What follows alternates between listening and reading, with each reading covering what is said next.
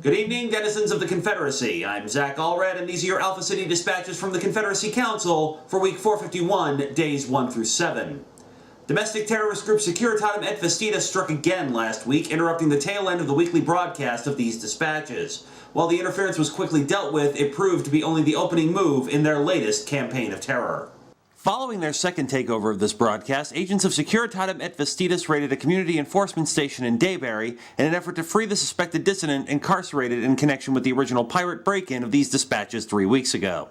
While community enforcement officers acted swiftly and bravely, the Dissonant did manage to escape with the terrorists in the confusion. Given these events, the Confederacy Bureau of Investigation has elected to declassify the identity of the escaped Dissonant in the interest of public safety and in the hopes that denizens of Alpha City will report any sightings of him as quickly as possible. The Dissonant is 11-year-old Jamie Madigan of Dayberry. CBI agent Kathleen Donovan reports that the Confederacy Counter-Cyberterrorism Task Force traced the origin of the signal to Madigan's home. Routine surveillance uncovered bandwidth uses well in excess of permitted limits at the Madigan home, specifically from the personal computer in Madigan's room. Madigan was detained and incarcerated and sent for interrogation, as were his parents and sister, who remain in custody. Members of Madigan's extended family are also being detained at this time. If you have any information on the whereabouts of Jamie Madigan, please be advised that you are required to report them to your local community enforcement station, nearest officer, or the community enforcement hotline at CEH 0001. In the interest of accuracy, please note that in accordance with standard interrogation procedure, Jamie Madigan has his head shaved, is missing the pinky finger of his left hand, and has his Dissonant identification number tattooed on his right wrist. If you should happen to encounter him on the streets, do not approach him, but notify your local community enforcement station or the community enforcement hotline immediately. However, Jamie Madigan's escape appears to have only been the beginning of Securitatem et Vestidas' latest wave of terror. The Electricville power plant suffered a near-catastrophic interruption of service shortly after Jamie Madigan's escape. Witnesses report an explosion occurred near the power plant's main turbine at approximately 12:30 a.m. Services were interrupted throughout Alpha City for most of the night until auxiliary substations restored power to the affected areas long enough for repairs to be enacted. Electricville Power Plant Supervisor Jonathan Regent made the following statement.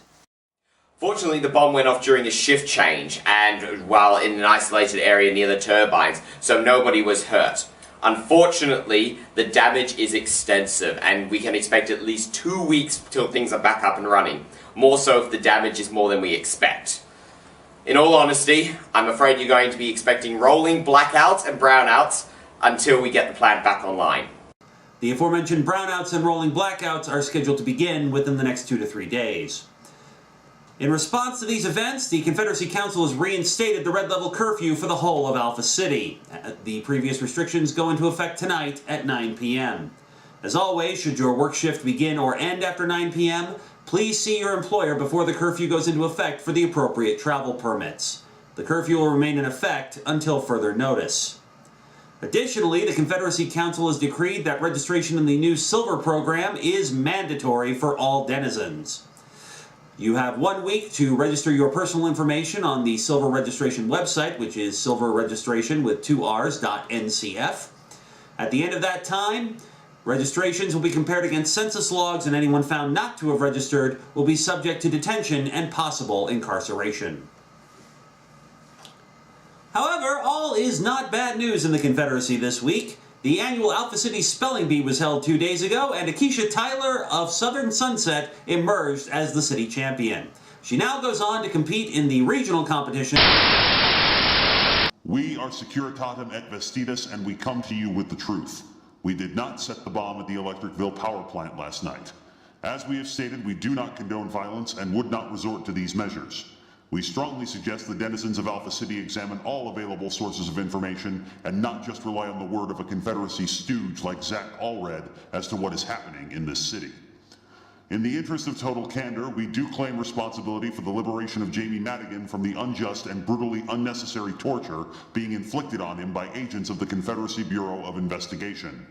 Clearly, Lawrence Lassiter's one-size-fits-all approach to crime fighting has gotten the same accuracy of identification as it did when he executed the 6 bystanders blamed for inciting the MacArthur Square riots. Ask yourselves, is this kind of brutality what you want from your leaders?